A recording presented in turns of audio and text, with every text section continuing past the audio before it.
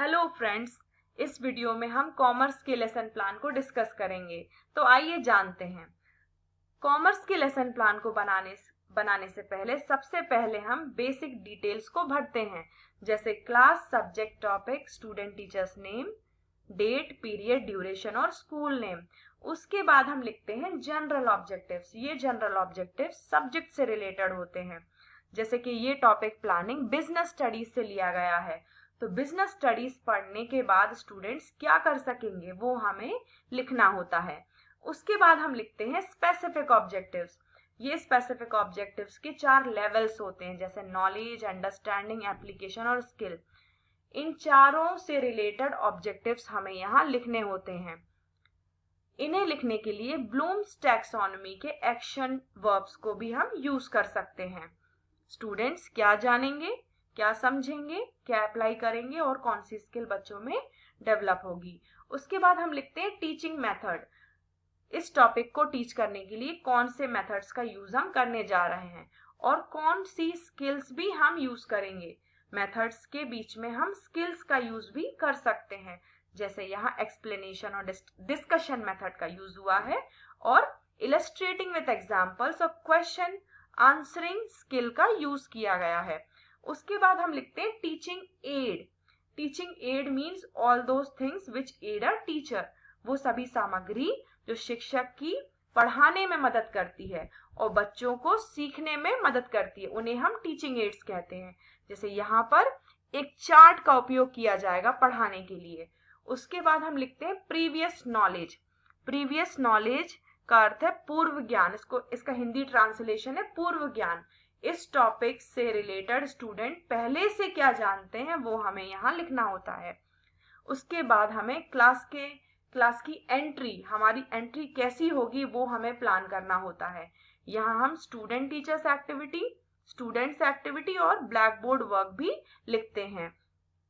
हम क्लास में कैसी एंट्री करेंगे, लाइक हम क्लास में एंटर करने के बाद कैसे बच्चों को ग्रीट करेंगे, कैसे रैपर्ड बिल्ड करेंगे और प्रीवियस नॉलेज को यूज करते हुए न्यू नॉलेज तक उनको कैसे लेकर जाएंगे, ये एक्टिविटी की प्लानिंग हम यहाँ पर लिखते हैं। जैसे कि देखिए यहाँ पर 3 से 4 क्वेश्चंस का उपयोग करके जो स्टेटमेंट ऑफ द एम है वो स्टेट किया गया है। स्टेटमेंट ऑफ द एम क्या है, इसको हम हिंदी में उद्देश्य कथन कहते हैं, कि हम टॉपिक को किस तरह से बच्चों के सामने रखेंगे या बच्चों को उद्देश्य हम किस तरह से बताएंगे।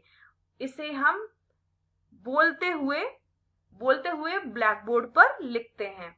उसके बाद हम जानते हैं प्रेजेंटेशन के बारे में, कि जो प्लानिंग के टीचिंग पॉइंट्स हैं उनको हम कैसे प्रेजेंट करेंगे। यहाँ पर एक्सप्लेनेशन मेथड का यूज किया है। इसके लिए हमें कंटेंट एनालिसिस करना होगा। सबसे पहले हमें टेक्स्ट बुक रेफर करनी होगी, उसमें से टीचिंग पॉइंट्स को आइडेंटिफाई करना होगा और देखना होगा कि वो एक लॉजिकल सीक्वेंस में अरेंज्ड है कि नहीं। उसके बाद हम एक एक टॉपिक को बहुत सिंपल लैंग्वेज में या स्टूडेंट्स के एज अप्रोप्रिएट लैंग्वेज में प्रेजेंट करते हैं, अलोंग विथ यूजिंग स्किल्स, ताकि बच्चों का अटेंशन प्रेजेंटेशन पर बना रहे।